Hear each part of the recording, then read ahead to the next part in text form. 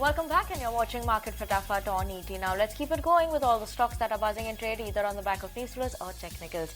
And moving on the technicals, now we have Dhwani Patel joining with us. Dhwani, a very good afternoon to you. And let's start with your first stock. Then you picked out for us, that's Glaxo. How are the charts for this one? What are you expecting from here on for Glaxo?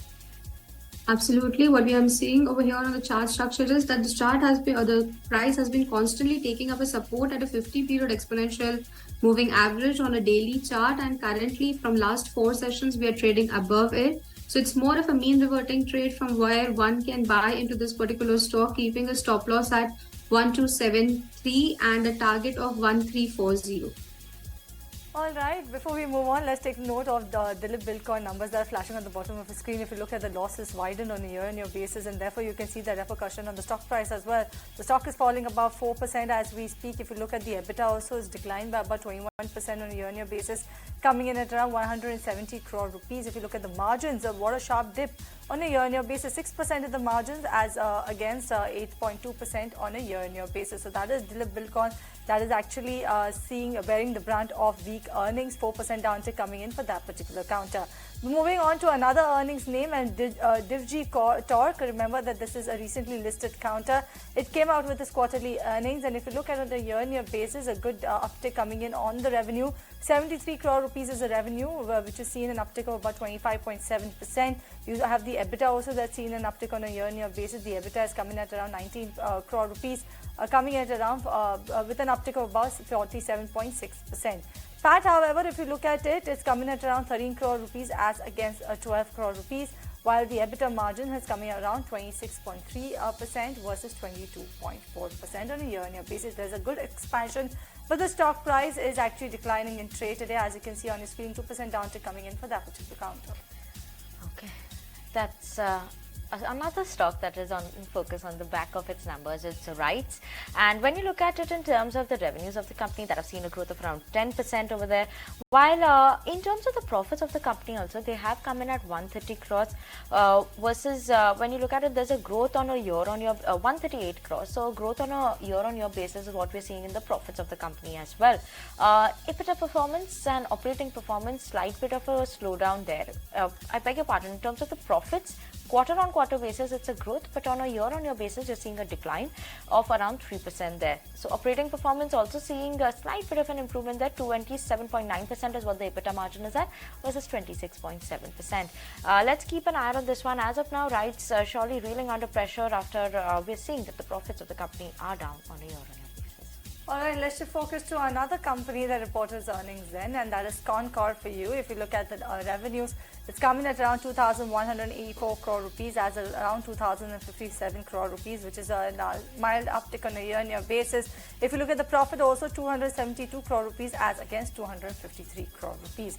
Margins have come in flat, if you see, almost flat on a year-on-year basis. 20.6% is where the margins have come in versus 20.3% on a year-on-year basis. The company spoke to ET now, and they did mention they're hoping to maintain their margins going ahead, and the fact that they are adding on to new products, and that is also that will also go ahead and aid the revenues going ahead for the company. Dhwani, moving on to your next stock, and you picked out ABB for us. So what should we be expecting from ABB going forward from here now? So the stock has already been on an upward rise. We saw a parabolic rise in this particular one from 3150 levels and currently trading at 3900 levels. This is a fresh entry call over here. For those who have already missed out the previous move, one can enter into the stock right now and go long over here. A short-term target over here which comes around 4050 levels, or after which we can see a 4250 level also extending on to the same one. The stop loss over here comes down at a level of 3840. Okay, let's move on to stock number 30. Then we have Gland Pharma, Lisa, which you have picked out, and I think this one is among the top losers coming in trade. How are the numbers looking for this one? Yes, it has hit lower circuit and it's down 20% today, and that is on the back of very weak set of numbers. The numbers are below estimates and very disappointing numbers on year. If we see, the revenue was down 29%, PAT is down 72%, and the margin that sunk to a new low of 21% versus 32% last year. And all the geographies, they fared very badly. Talking about the core markets, which occupy around 70% of the sales, that was down 23%. India sales, which occupy 8%, that was down 68%. They have attributed it to the production shutdown, which they saw at one of its facilities in Telangana, and also soft demand. Now, Kotak Securities, they came out with a report. They are saying that the demand environment, that remains challenging for them, and that is on the back of competition, and they have also downgraded the stock to sell, and they have given a target price of 1,075, which is a 20% decline from the previous closing price, which is at that level that Gland Pharma is trading at right now. So that's on Gland Pharma, the loser today, the biggest loser today in session, and that's Gland Pharma for you, down 20%. All right, that's Gland Pharma taking a sharp knock, locked in the lower circuit of about 20% in today's trading session, and no end to the fall for that particular counter. Hopefully, the sales stabilize going ahead. But Harsh, Gulf Oil, how is this one?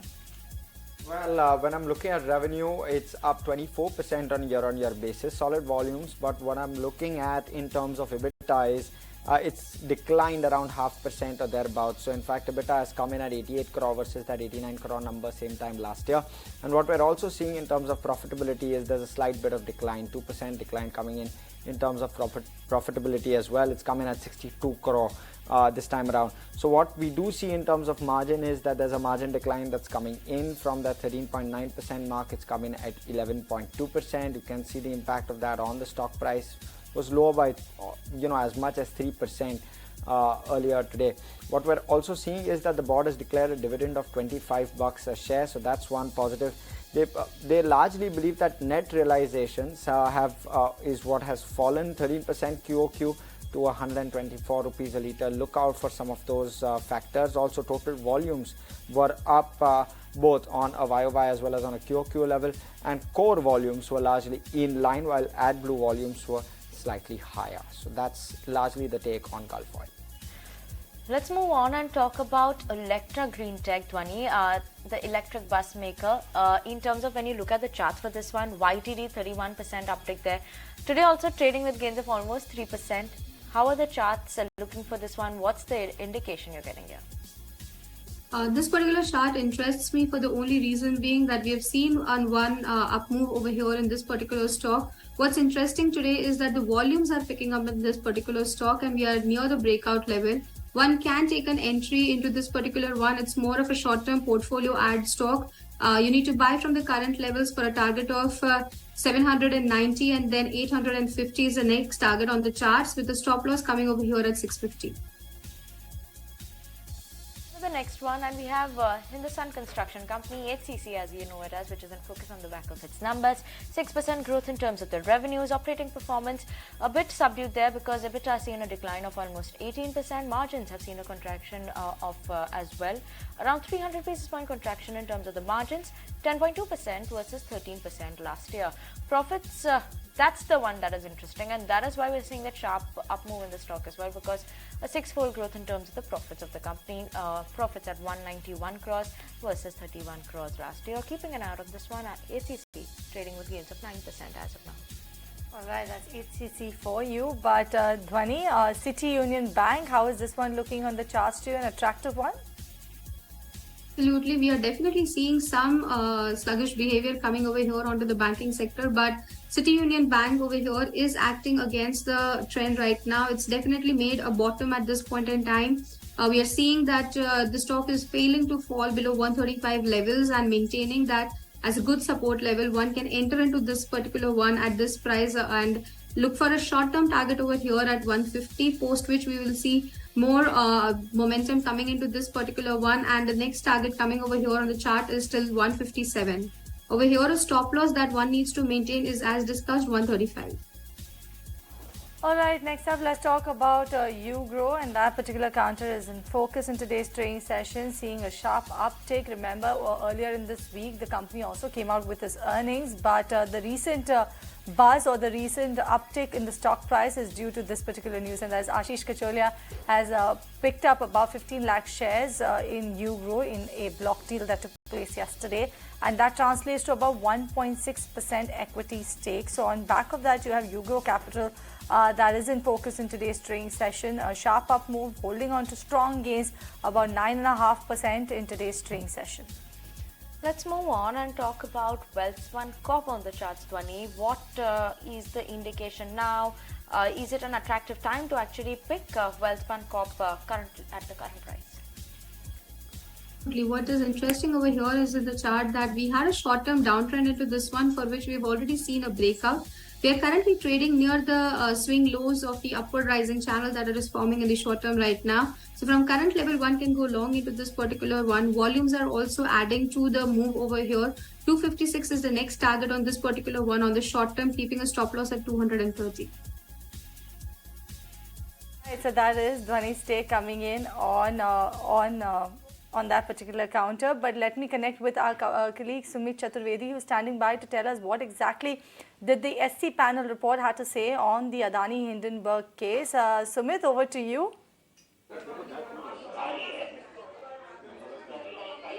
Well, separate committee report, the recommendations are in public. Now we have accessed those recommendations, and according to that, first of all, Adani Group has disclosed all beneficial owners. That's what been said. Also, there is no prima facie any regulatory failure which has been found on part of SEBI as far as this case is concerned. Also, there is no prima facie violation of any existing laws or rules. That's what also is being said by this committee report. The report also said that retail participation in Adani Group shares increased post that, and however there was no big volatility in the market. It also says that some short selling happened. The huge profits were made by certain entities through short selling, and that needs to be probed as well. So these were the main observations that were made by the separate committee report. Remember, this committee was formed by Supreme Court, and it was told that it had to complete its overall investigation into the issues of whether any stock manipulation happened or what are the good things that can be there for shareholders. So this committee then submitted its recommendation within time. SEBI, though, had asked for extension of its time for probe 6 months, though it was given only 3 months. But then this separate committee report is out in public now, and it has said that there is prima facie no regulatory failure on part of SEBI, and Adani Group has disclosed all beneficial owners as well. These are the certain findings, and some more other observations of this report are that Hindenburg report has reinforced SEBI's suspicion, and SEBI is probing it. And on also related party transactions, Hindenburg report, it has talked about 6,000 related party transactions, and committee is of the view that it needs a parallel probe by the regulator. So these are the overall recommendations that were found.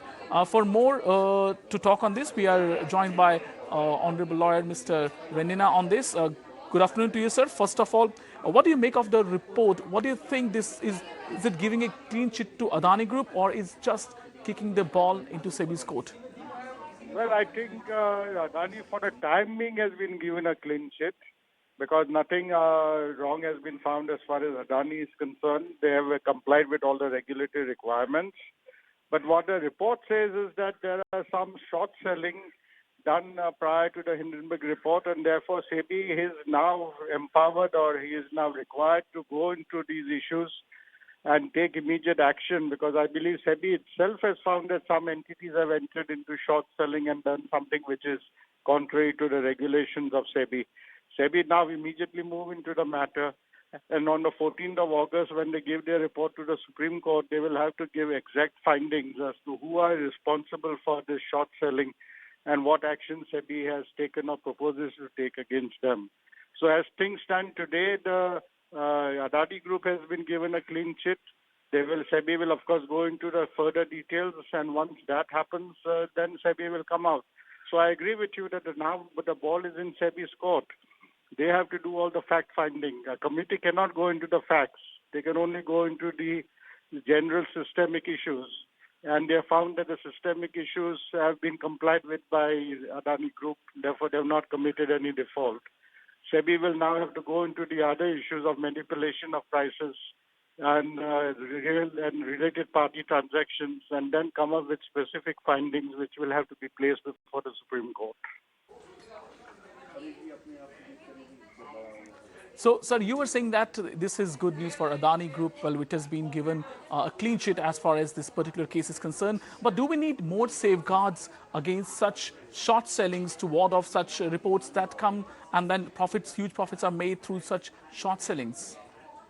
But this has been going on for the past 20 years, right from the time of Harshad Mehta. And even after SEBI came into force, they have not taken adequate measures. I think what needs to be done is to strengthen their surveillance team. SEBI has a surveillance team, and that has to do their homework very clearly and very precisely, because these are issues of facts, and these issues of facts have to be found out at the appropriate time. You can't wait for time to flow, because then things get, covered up.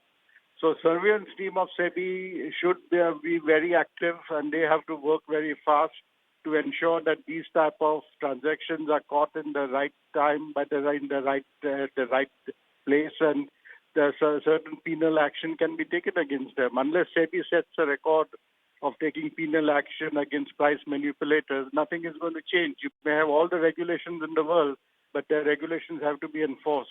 And the SEBI's organization is the only regulator who can do it with their surveillance team. Okay, thank you so much, Mr. Reena, as well as Sumit, for joining in with us and giving us an understanding on that latest report. Thank you so much, gentlemen. But let's move on and keep it going with the stocks that are buzzing in trade. And Lisa, the next one is Sirma SGS, surely buzzing after its numbers. Yes, absolutely. Sirma is buzzing, and like Keynes, Amber Enterprise, its peers, even they reported good set of numbers. The revenue was up 83%. The margins was also high at around 8.7% versus 6.7% last year, and EBITDA was also 136% up at 59 crore. Well, that was primarily driven by all their segments, automotive, the consumer as well as the industrial segment. And what the management highlighted, that the domestic demand for the EMS, that is the electronic manufacturing solutions, that is robust across the industry segment, and they remain confident and aspire to grow in line with the industry growth numbers. So, well, that's Sirma SGS, and it's trading 1.85% as we speak. All right, so that's Sirma SGS and focus on back of his numbers. But Dhwani, Infosys, where is this one lying on the charts right now? What should investors do while taking your call on this particular counter? No doubt in the IT sector today, at least in the morning, was leading from the front. Absolutely, and what we are seeing right now also, that the IT sector is definitely leading this one right now. It's acting as a defensive sector right now. And when we're talking about IT, Infosys is the one which comes to the mind first to discuss about. What we are seeing chartically on Infosys over here is that the stock had opened up a gap down quite some time back on 17th of April, post which we are seeing that the gap is acting up as a resistance. But currently we are trading at the breakout level of this particular stock. What the option data over here is suggesting that the stock is taking a support at 1260. One can go long into this particular one and play out for a short term for a target of 1330. Okay, let's move on to the next one, and that is Kim's. Harsh, why is this one in focus? Well, margin trajectory continues to improve for Kim's, Vinny, and that's a positive. When I'm looking at the revenue from operations as well, higher 2.5% on year-on-year basis. We're seeing EBITDA jump 8% year-on-year, and therefore EBITDA margins have come in at 26.9% versus the 25.5% same time last year, solid 1.4% higher. So that's definitely a plus. The other piece, of course, is the net profit, which has gone up 20% on a year-on-year basis. Largely flat in trade, in line in terms of numbers. In terms of Q1, they are expecting, we spoke with the company, they are expecting better occupancy levels, or they are seeing better occupancy levels in Q1 of FY24, and they're also evaluating entering into the pathology space seriously, and those could be the key drivers going forward as well. All right, moving on. Dhwani, Bharat Forge, how is this one looking on the charts to you, given the fact that this belongs to the auto ancillary space, and that particular space, it's pretty wobbly, isn't it? Absolutely, it's just a jelly-like structure over here, just for waiting for it to fall down like a pack of cards. This particular stock comes on my radar for the reason being it's already having a downward trajectory into this particular one. And every time we see a bounce on the upside, it's a sell on rise opportunity that comes into this counter. Currently, also one can go short into this one, keeping a stop loss at 768, and target over here on the short term that comes down to 740 levels. Okay, let's move on and talk about Zomato because that's set to report its numbers today. In terms of a quarter-on-quarter basis, we're expecting a growth in terms of revenue of around 9%. EBITDA losses 359 crores versus 265 crores last quarter. Losses set to be almost flattish on a quarter-on-quarter basis, 356 crores versus 346 crores. Food delivery, the gross order value is expected to remain flat. Other than that, the contribution margin from food delivery is expected to see a marginal decline, while the EBITDA over there is expected at around 40 crores. Other than that, Hyperpure and Blinkit is expected to see a good double-digit growth there. Factors to watch out for, let's keep an eye out on the profitability of the company, the commentary coming in over there across the platforms, how is the update on Blinkit, as well as any trends of demand trends that we are understanding from the company, something that we should keep an eye out on. All right, moving on, Dhwani, Siemens, the cap goods major, which saw a very good run. Where do you see this one headed now? One is trading, heading up to the moon again, and what we are seeing is we are trading at the bottom of the sideways move that it had taken up. Currently, what we are seeing in today's session is that there is a good support that the stock has taken at the same level. One can go long into this particular one right now. And a short-term target over here is what we are expecting is of 4,000, which is also suggested from the options data, as we are seeing good amount of call writing taking up at that place. And the stop loss over here that one needs to maintain is of 3810. Moving on, let's talk about Hindustan Foods then. And this particular counter, last time I checked, was surging as much as 7%, I beg your pardon, taking the stock to the highest level since April 13. No doubt has given up some of its gain. The company has logged the sharpest intraday percentage gain when you see 7% since April 11th, and is on track for a second day of gains.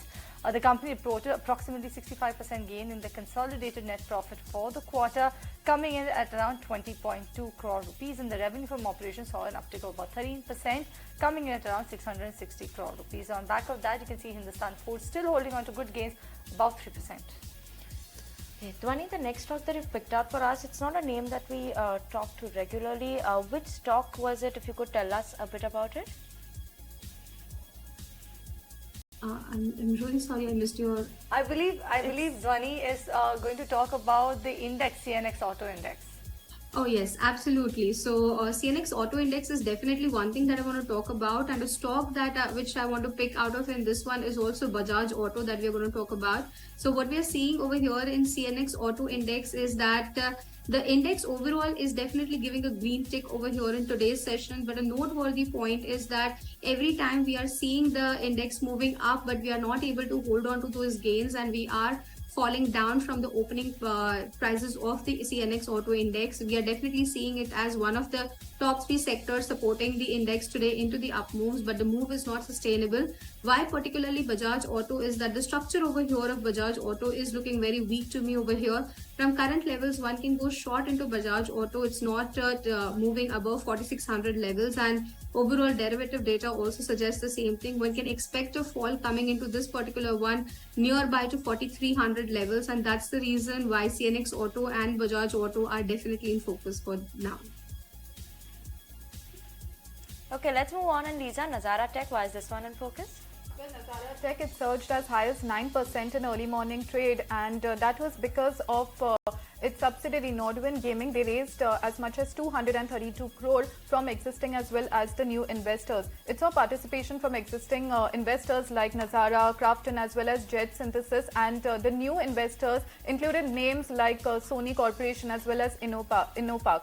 So the fundraising that will be used for international expansion as well as for IP development, and they will be focusing on emerging countries where the smartphone penetration has just begun. So they will be eyeing Southeast Asia as well as Eastern Europe and Middle East countries as well. So regarding the acquisition, they are seeing they will be focusing on acquisition that is core to Nordwin, and ICICI Securities has said that with the latest funding, now the cash balance stands at around 620 crore, which can be used for inorganic expansion, and they can also acquire real money games after the regulations are clarified. And they said that this could give the stock a bullish valuation of around 800 rupees. So we can see that that Nazara technology is reacting positively to this news. All right, moving on. Harsh, it's Friday. I'm really tempted to say Saregama Pa is the next counter, but Saregama Pa is this one in focus. Well, yes, and it came out with its results as well today. So let's look at the numbers. Revenue is up around 15% on a year-on-year basis. We're looking at expenses though, which is up 24% year-on-year. It's coming at 167 crore versus that 135 crore, and therefore EBITDA has actually declined. You've seen EBITDA come down by roughly 5%. Even margins have declined quite sharply by an equal amount. When I'm looking at net profit though, up around 2% and on the back of that you can see the stock as well declining 2% in trade. Let's move on to the next one, and that's Rail Vikas Nigam, or RVNL as we know it. The company has signed an MOU with NHAI for the construction of multi-modal logistics parks across pan-India under the Bharat Mala Pariyojan, and now RVNL has formed a JV called Indore MMLP Private Limited for this project. So on the back of this, we're keeping an eye on this one. As of now, RVNL has given up all those morning gains, trading with a decline of almost 3%. All right, let's put the spotlights on Strides Pharma. The company has received an Establishment Inspection Report, or EIR, from US FDA for their Puducherry facility, and what they are saying is the fact that the particular plant right now has moved from official action indicated to voluntary action indicated. Remember, the US FDA classified Strides Puducherry facility as OAI in May 2019. Now, post this reclassification to VAI, the filed ANDAs from the facility will now start receiving approvals, which is a positive coming in for Strides Pharma. And you can see that reflect in the stock price as well, 2.5% uptick for that one. Okay, and that was the last stock for today that we were going to talk about.